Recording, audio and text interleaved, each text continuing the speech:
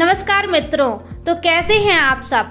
यदि आप छोटे से गांव या टाउन में रहते हैं और आप ज़्यादा पढ़े लिखे नहीं हैं, फिर भी आप बिना मजदूरी करे पैसा अर्न करना चाहते हैं, तो इस वीडियो में अंत तक जरूर बने रहें। इस वीडियो में हम आपको ये भी बताएंगे कि आपको अपने बिजनेस के लिए पैसे कहाँ से अरेंज करने हैं, साथ ही आपको अपनी कस्टमर डीलिंग कैसे रखनी है। पहले हमारा बिजनेस आइडिया है सिलाई एंड टेलरिंग से रिलेटेड।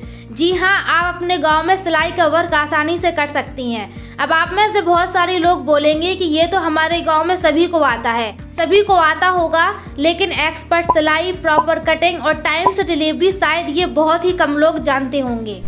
इसी बात का आपको ध्यान रखना है कि आपको अपना रेट मार्केट के हिसाब से ही रखना है, ओवर चार्ज नहीं करना है। साथ ही साथ अपना वर्क टाइम से डिलीवर करना है और लोगों से बिहेवियर बहुत ही ज़्यादा पोलाइट रखना है। अब आप में से बहुत से लोग सोच रहे होंगे कि इसके लिए हम कस्टमर कहाँ से लाएंगे। तो सबसे पहले आपको लोगों को बताना होगा कि आप सिलाई करती हैं। उसके लिए आप अपने आसपास 2-3 लोगों की सिलाई फ्री में कर सकती हैं और फिर यदि आपका वर्क अच्छा होगा तो लोग खुद ब खुद आपके पास आएंगे। सेकंड हमारा बिजनेस आइडिया है beauty parlour and mehndi design से रिलेटेड।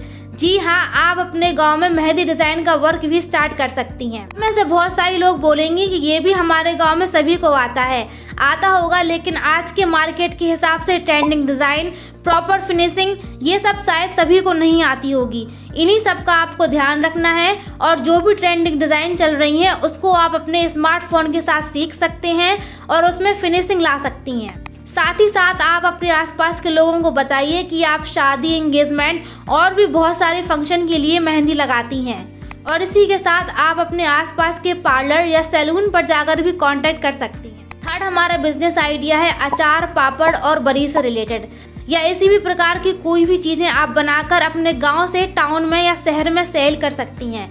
जैसे कि आप जानते हैं कि गाँव की चीज़ों की डिमांड शहरों में बहुत ज़्यादा होती है। सिर्फ आपको अपनी क्वालिटी का ध्यान रखना है। क्वालिटी के साथ किसी भी प्रकार का कोई भी कॉम्प्रोमाइज़ नहीं होना चाहिए। साथ ही साथ जो आपका रेट है वो मार्केट के हिसाब से ही होना चाहिए। फोर्थ एंड लास्ट हमारा बिजनेस आइडिया है स्नैक स्टॉल।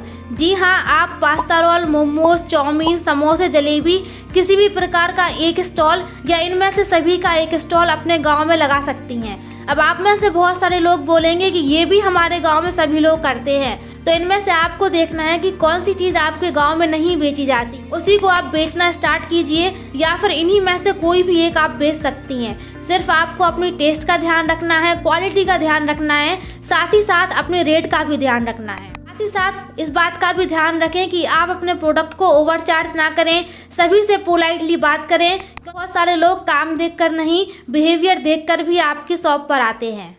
अब आप में से बहुत सारे लोग सोच रहे होंगे कि हम बिजनेस के लिए पैसे कहाँ से अरेंज करेंगे। आपको इस बात का ध्यान रखना है कि अभी आप अपना बिजनेस स्टार्ट कर रहे हैं, ये आपको ज़्यादा इन्वेस्टमेंट या किसी भी प्रकार की लोन लेने की बिल्कुल भी ज़रूरत नहीं है। आप इसके लिए आप अपने घर में किसी भी मेंबर से हेल्प ले सकते हैं, या प्रेजेंट में अभी आपको जो भी काम मिले उसको आप कीजिए, उससे सेविंग कीजिए एंड उससे अपना बिजनेस स्टार्ट कीजिए। साथ ही साथ हम आपको ये भी बताना चाहेंगे कि आपको अपनी कस्टमर डीलिंग बहुत ही अच्छी रखनी है। सबसे पोलाइटली बात करना है, टाइम से डिलीवरी देनी है, साथ ही साथ अपने रेट को मार्केट के हिसाब से ही रखना है। अपनी क्वालिटी के साथ और अपनी सर्विस के साथ किसी भी प्रकार का कोई भी कॉम्प्रोमाइज़ नहीं होना चाहिए। धीरे धीरे आप अपने बिजनेस को स्टार्ट कीजिए, इम्प्रूव कीजिए, परफेक्शन का वेट मत कीजिए। जो लोग अपने वर्क को डेडिकेशन और कंसिस्टेंसी के साथ करते हैं वो एक ना एक दिन सफल जरूर होते हैं।